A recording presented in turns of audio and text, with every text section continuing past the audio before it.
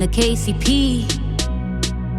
Okay, how did I end up in Trinidad? So leaving China was always a part of my plan. I had already left my job. I told all my friends that I was going. I had my farewell parties. I had packed up all my things. I had my ticket in my hand and I was ready to go to Trinidad for Carnival, my favorite time of the year, and then eventually to London to get my EP recorded. It feels like I'm always trialed and tested to the extent before I achieve my goal. So this experience was no exception. January 2020. By late January, there were large amounts of COVID-19 cases outside of China. The world began to panic and started barring flights coming from China.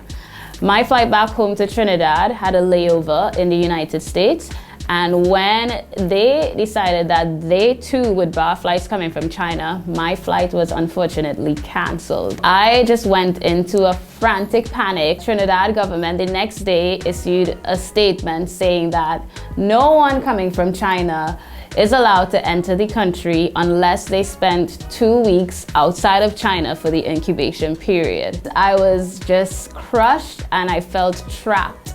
I was like, what am I supposed to do?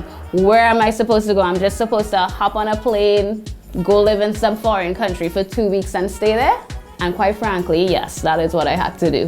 When I voiced my dilemma online, someone suggested to me that I should probably fly to Bali because they were still allowing flights coming from China. They were reasonably affordable and they were close by. I made it into the country by the skin of my teeth because the same day that I decided to fly, their government also stated that they would be suspending flights coming in from China. So I got really lucky there. So the 2 weeks in Bali flew by. I had a lot of fun. I made some new friends and I was ready to go home.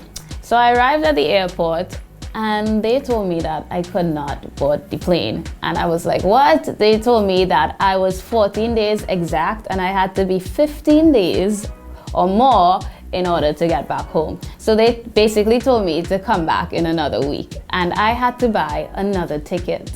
And at that point, I just felt all the dread like weighing in on me, watching how all my savings were disappearing on yet another flight, accommodation, food, living expenses, etc. So the week passed and I eventually got to go home and I came in the night before Carnival.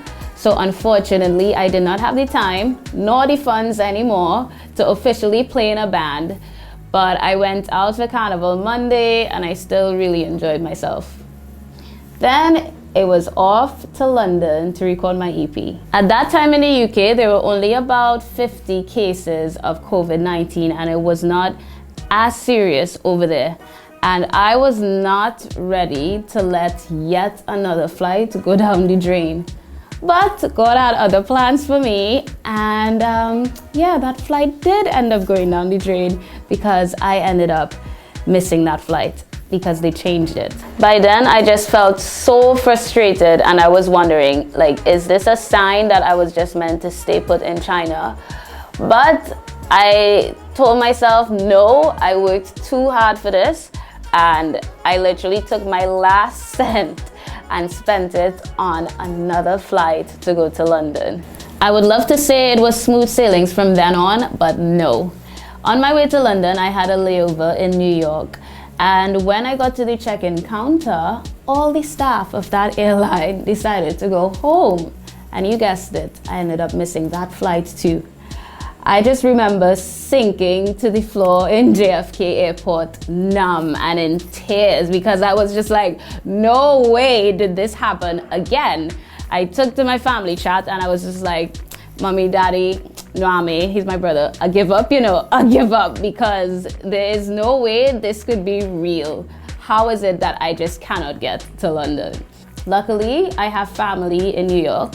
And my mom reached out to them and they were able to send me an Uber and I stayed the night by them and they graciously got me another ticket. I eventually got to London where I recorded my EP with a very talented and well-respected producer in London named Darren Martin from DM and Sign Studios, who also happens to be half Trinidadian. I believe we created magic in the studio with these songs. I had more flight drama along the way, which we don't need to get into. But I eventually made it back into Trinidad on the last flight before Trinidad had closed its borders. The whole thing was like a movie. After that, I had to self-isolate myself and basically quarantine myself for 15 days, and I was away from everyone, family included. I chose to use that time to develop myself creatively and make alternative plans to my now alternative reality. I did some research, made some calls, and I formed a team of some very talented people here in Trinidad to help me with my single. I'm just ready to share my music with you all, and I'll keep you guys updated. So hope to see you soon. Bye.